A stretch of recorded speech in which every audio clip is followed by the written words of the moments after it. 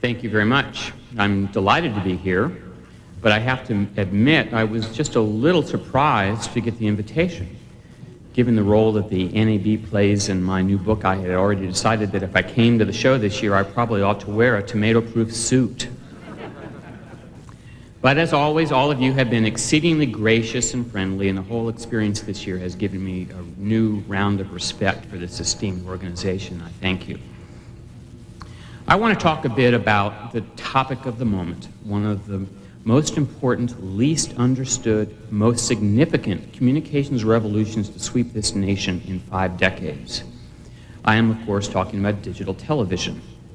But don't take my word for it. Even a senior public official who is not always viewed as a warm and cozy friend of this organization, and I'm of course talking about FCC Chairman Reed Hundt, likes to say this about the digital TV future. It is far more exciting and perplexing than any event in the history of television since the invention of analog TV a few years before I was born. Well, all of this is important stuff, to be sure, and you might wonder what in my background qualifies me to pronounce on weighty issues like these. I do have certain experiences that have prepared me to opine on communications and technology, and not just from researching this new book. Years ago, early in my career, for example, I worked in the southern U.S. and learned some of the reporting rules that serve me well today. Sometimes the tortured means of making progress in electronics labs reminds me of the way they weigh hogs in eastern Kentucky. They take the hog and put him on one end of a balance, a seesaw sort of thing, and then on the other end they pile some rocks until the two sides balance. Then they try to guess how much the rocks weigh.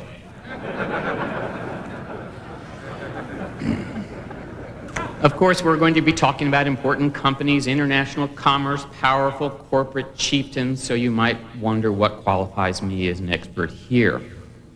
Well, I do have some experience covering heads of state. I was White House correspondent during the last years of the Reagan administration, though for much of that time it seemed as if the Oval Office was vacant.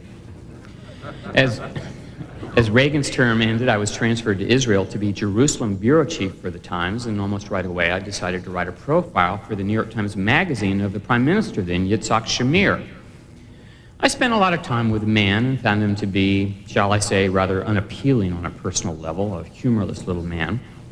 Well, you can't say it quite like that in the newspaper, but I think I made passing mention of the fact that Mr. Shamir is not tall, and I noted that he is not blessed with a great wit or a soothing public manner.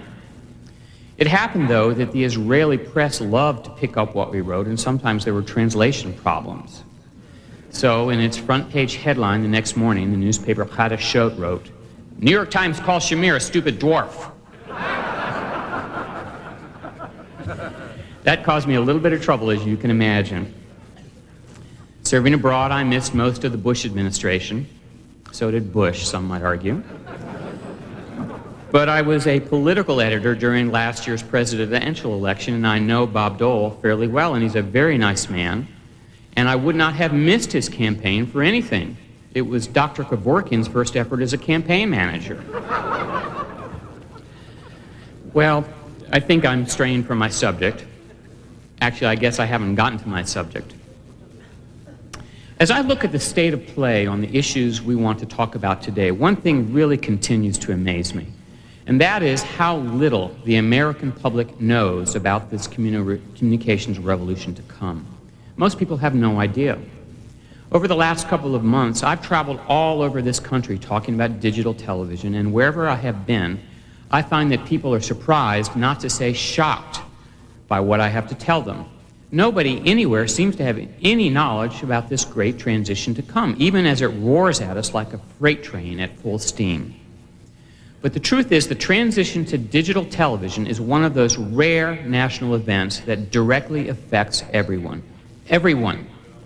More people than health care reform, more people than changes in federal income tax policy, more people than national elections, the space program, or almost anything else we can think of. And the reason is that 99% of American homes have at least one television. More homes than have flush toilets, more homes than have telephones. And over the next several years, every one of those homes is going to have to replace these TVs with new digital high-definition model because, as every one of you know, all too well, on a date certain in the next decade, now stipulated to be 2006, today's televisions will simply stop working. Like it or not, the entire nation will have switched to digital TV. My own opinion is that most people will like it. I think the Grand Alliance, many of you in this room, I suspect, created a technological wonder. And when Americans appreciate what all of you have done, they will realize that the nation owes you a debt, and that's the truth. I'd like to make some suggestions about how broadcasters might regard digital television, what you might do with this wonder you've been given. But first, I'd like to talk a little bit about how we reached this great moment. Getting here was not always such a glorious process. For my book, I've been researching this for 5 years, and one major conclusion I've drawn is that most everything that happened came about by accident, by coincidence, by chance. Without a dozen bizarre and wholly unintended events, I would not be standing here right now, and the nation would not be embarking on this splendid transition to come. The best example, I think, comes from the very start of this story. Let me tell you what prompted America to develop HDTV. For those of you who don't already know this story, it may surprise you. Back in 1986, as most of you probably recall, the government was planning to turn some vacant UHF unused television channels in most major cities over to mobile communications companies, Land Mobile. Well, not surprisingly, this organization hated the idea. They despised it. The NAB's 11th commandment probably ought to be, "Thou shalt not give up spectrum."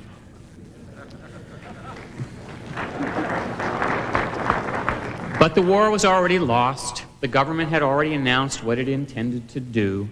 Finally, in the fall of 1986, a convocation of lawyers and lobbyists gathered around a polished conference table at NAB headquarters where they tried to devise one final desperate lobbying strategy.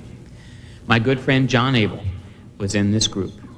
And as he looked around the conference table, the group grew depressed because the mood could not have been grimmer.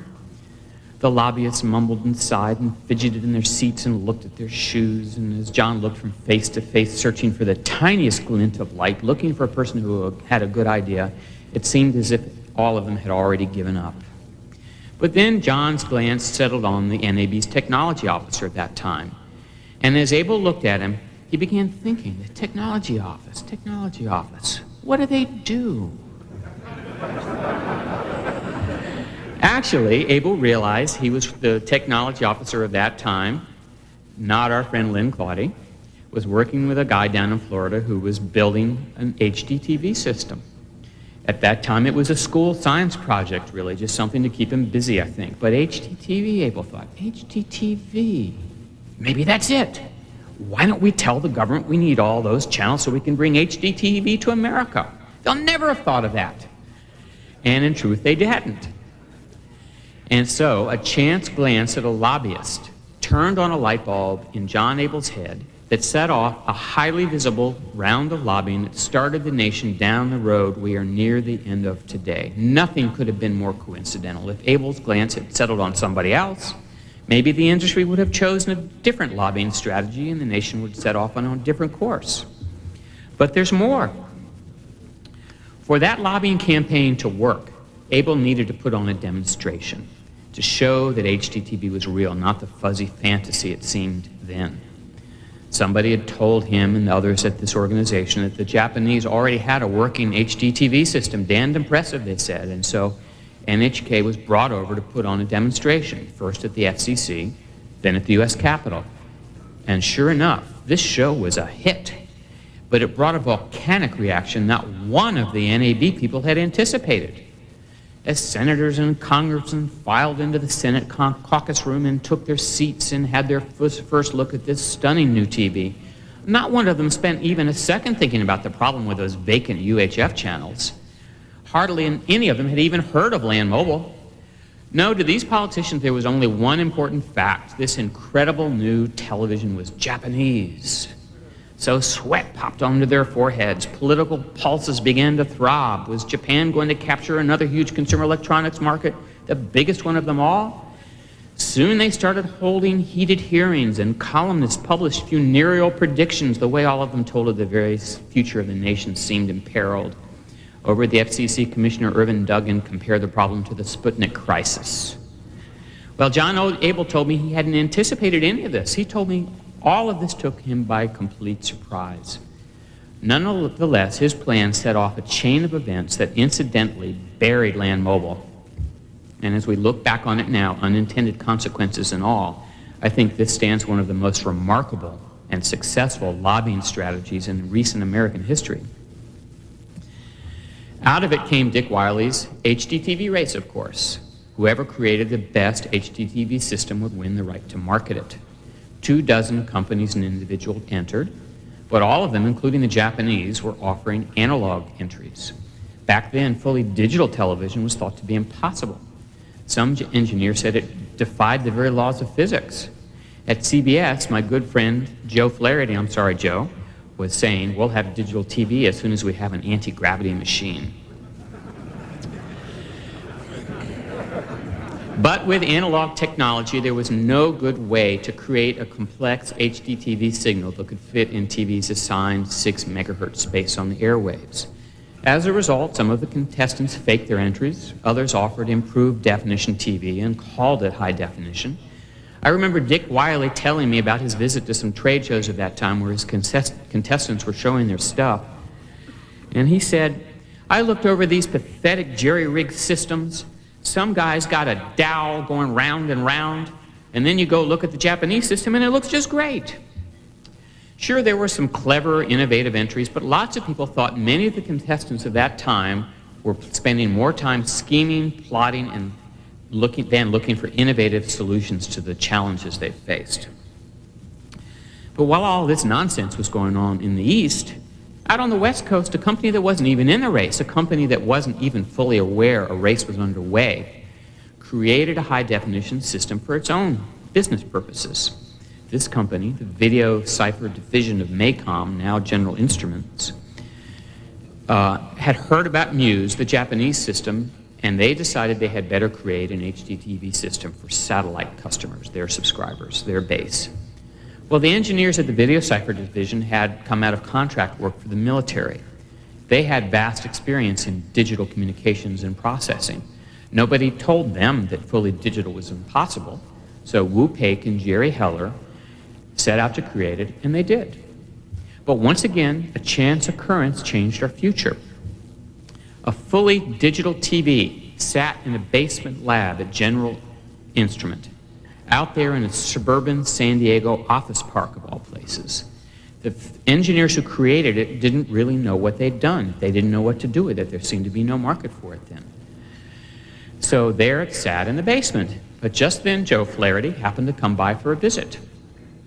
He looked over what they'd done, and it took his breath away.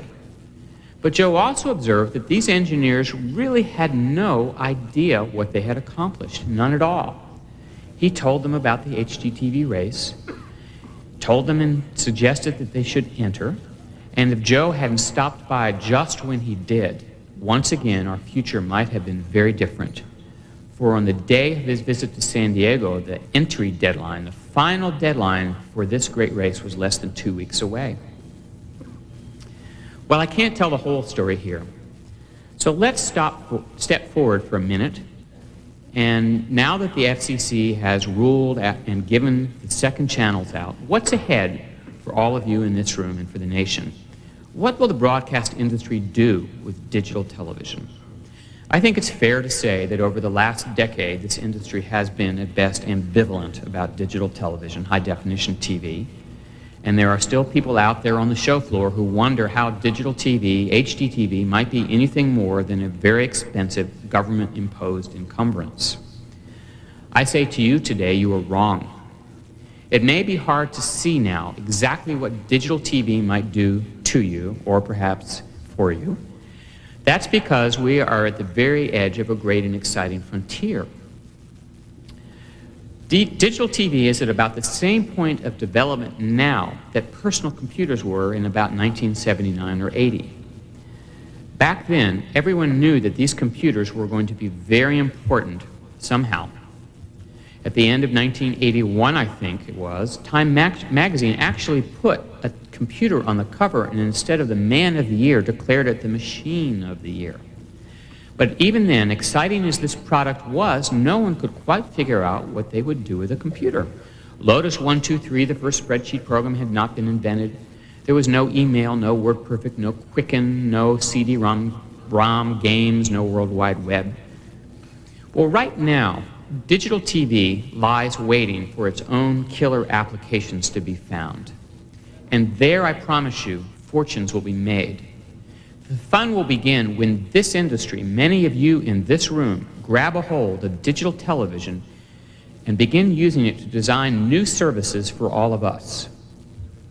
You can certainly offer interactive commercials. The David Sarnoff Research Center demonstrated the first of these at this very show just 2 years ago. Watch an ad for a car, and while it plays, additional information is downloaded. If the viewer clicks a button on the remote control, he can get prices and a map to the nearest dealer.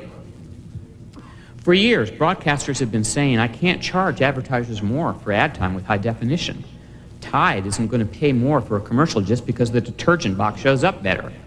But what about these interactive spots?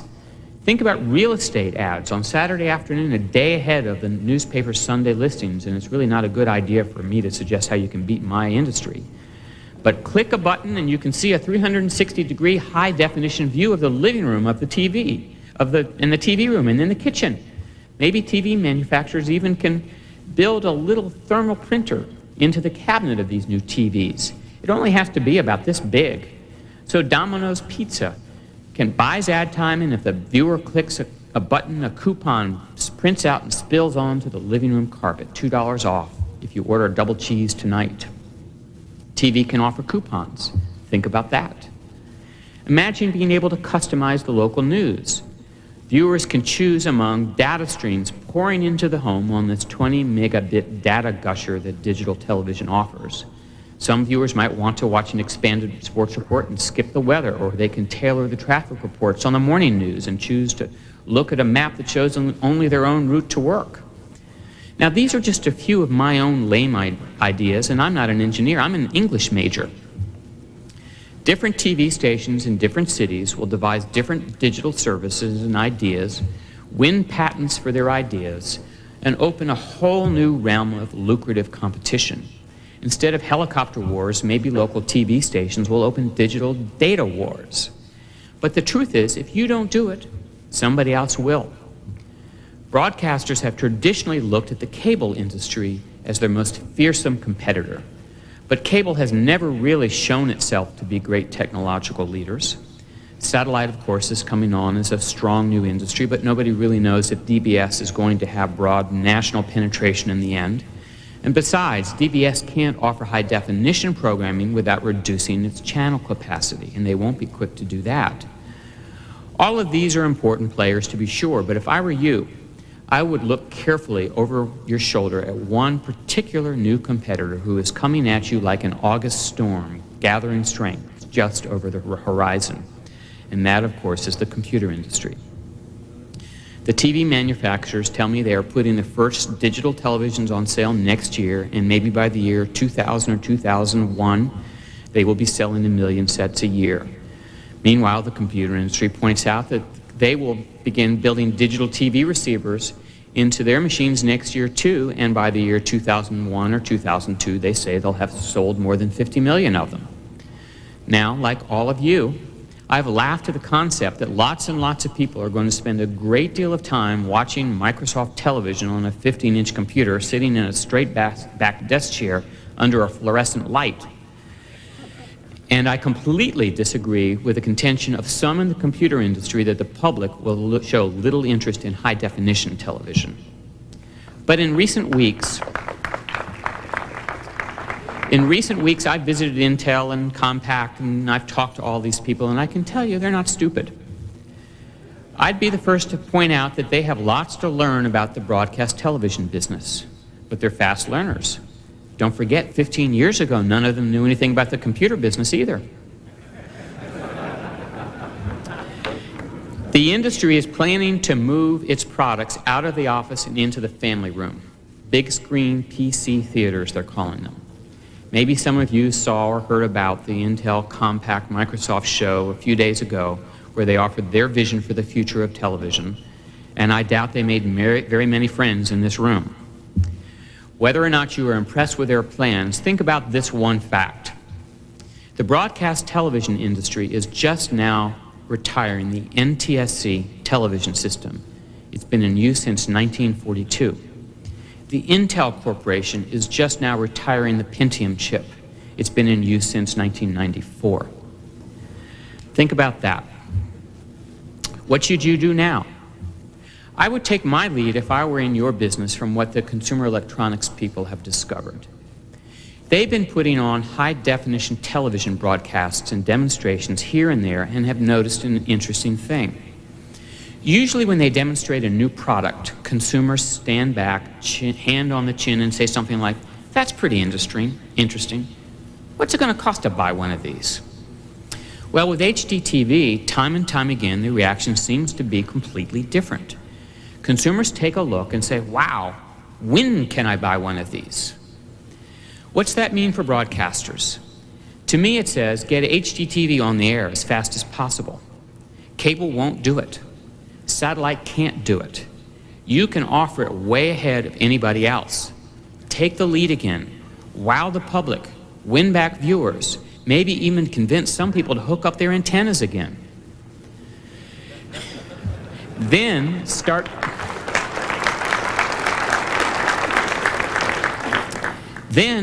complementing the high-definition programming with new digital services that will entertain the public, all of us, and not incidentally earn you new profits. That's what I would do. Now let me close with one last story. I told you how the 10-year drama that brings us here today was filled with freak accidental occurrences, unintended consequences, but the truth is, we probably shouldn't be too surprised. In fact, as a journalist, I've had a fair bit of experience with coincidental occurrences and unintended consequences, and here's just one example. Back when I was a much younger man, I wrote a series of stories about the Ku Klux Klan.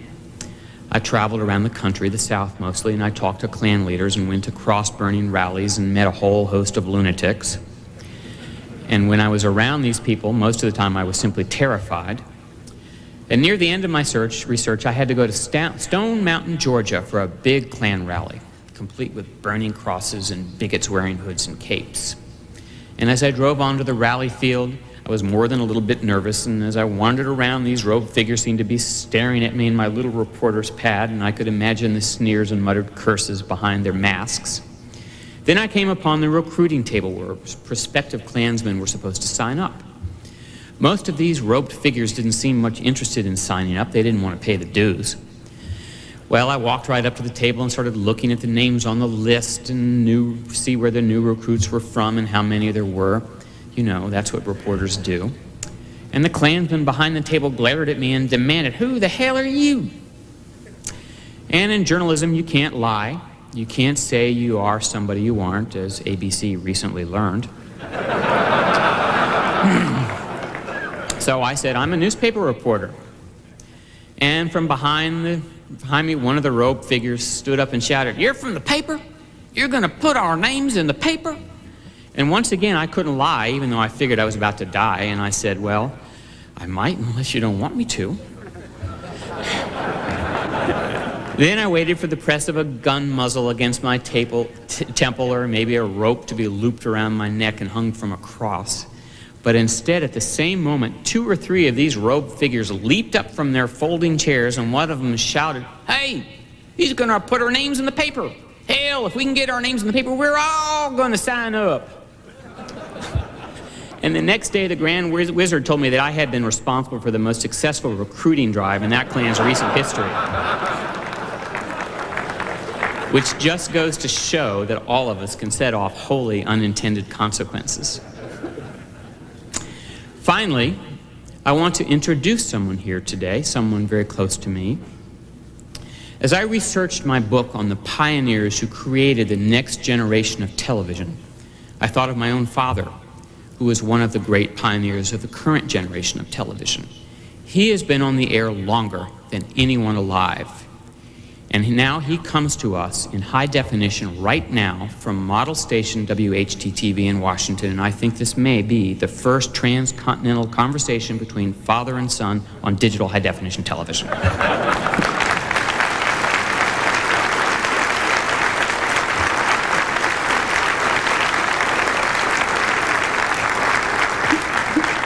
Dad, I'm really delighted to have you here. And why don't you tell us a little bit about what it was like in those first early days of TV when you were the pioneer? Joel, thank you. I'm very happy to be here with you. I will tell you that in the beginning it was very, very crude, very primitive, and really pretty terrible. I was at NBC when the first television camera was rolled in. It would barely go through the door. It looked to me like a second-hand Volkswagen mounted on a tripod. And somebody standing beside me spoke a few words that I think to this day should be engraved in marble somewhere. He said, "My God, what are we going to do with that?" Now we know. Well, in the beginning, as I said, very primitive, in NBC studios in Washington, we had an old hotel, long since gone. And he, a tub, a shower. And for a time, we developed our film in a bathtub. It, of course, was pretty bad. It was scratchy, it was dirty, it had fingerprints on it. But we had one young man with one camera, a bell-bound film roll, wind-up camera, going around town during the day, making film to tell the world what was going on in their nation's capital. But you know how bad that was. It was really pretty tough. And so take no pride in that, but that's what we had to work with in the beginning. Joel, any questions that occurs to you? Go right ahead. I'm here and I can hear you. Well, actually, I'm very curious. You're there at this pioneering news station, WHD-TV, opening this new era for all of us. And now that you've seen it, what do you think of this new television, of high-definition television? I think it is the most interesting and probably most important development in communications in my lifetime. High-definition television not only is new and interesting and improvement, a great improvement over what we've lived with. Standard television, what we have now, has conquered the United States. You might even say it has conquered the world. I have seen in a shepherd's tent in the Sahara Desert, 5 or 6 of them sitting around looking at a television set. I don't even know where they got the electricity, but they had television. It's everywhere. Now when HDTV is available to everyone, they're going to be stunned and startled by it, because the picture is so beautiful. The sound is so good. It has an appeal that black and white television, and even now color television, does not have. It's a vast improvement. I keep trying to stop the press from saying the new HD TV is going to be as clear as the movies. It's going to be far clearer than the movies, which is not very clear anyway. Because you sit far back from it.